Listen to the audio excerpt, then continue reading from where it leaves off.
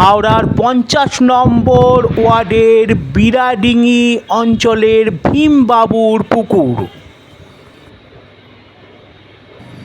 বিশাল পুকুর, প্রাচীন পুকুর, ভীমবাবুর পুকুর নামে পরিচিত হাওড়ার ৫০ নম্বর ওয়ার্ডের বিরাডিঙি অঞ্চলের এই পুকুর।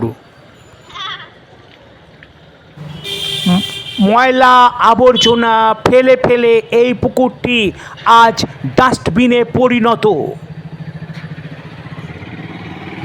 এই পুকুরে প্রতিমা বিসর্জন দেওয়া হয় এবং তার কাঠামোগুলো সারা বছরই পড়ে থাকে, এখনও পড়ে আছে এবং এগুলি পরিষ্কার করার কোনো লোক নেই।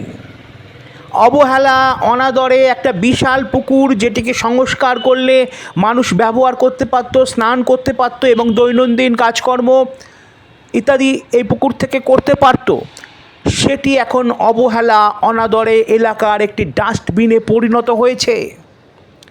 এলাকার শুভবুদ্ধিসম্পন্ন মানুষ চাইছেন যে এই পুকুরটি সংস্কার করে টলটলে জলের পুকুরে পরিণত করা হোক।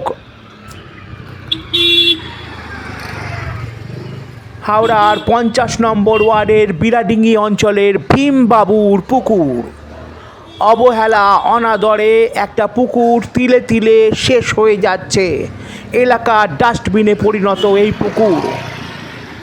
পুরসভা প্রশাসনের কাছে অনুরোধ, অবিলম্বে যেন এই পুকুরটিকে সংস্কার করে পরিষ্কার করা হয় এবং সমস্ত আবর্জনা, গাছপালা ইত্যাদি পুকুর থেকে তুলে নিয়ে টলটলে জলের পুকুরে পরিণত করা হয়, এমনটাই চাইছেন এলাকার মানুষ।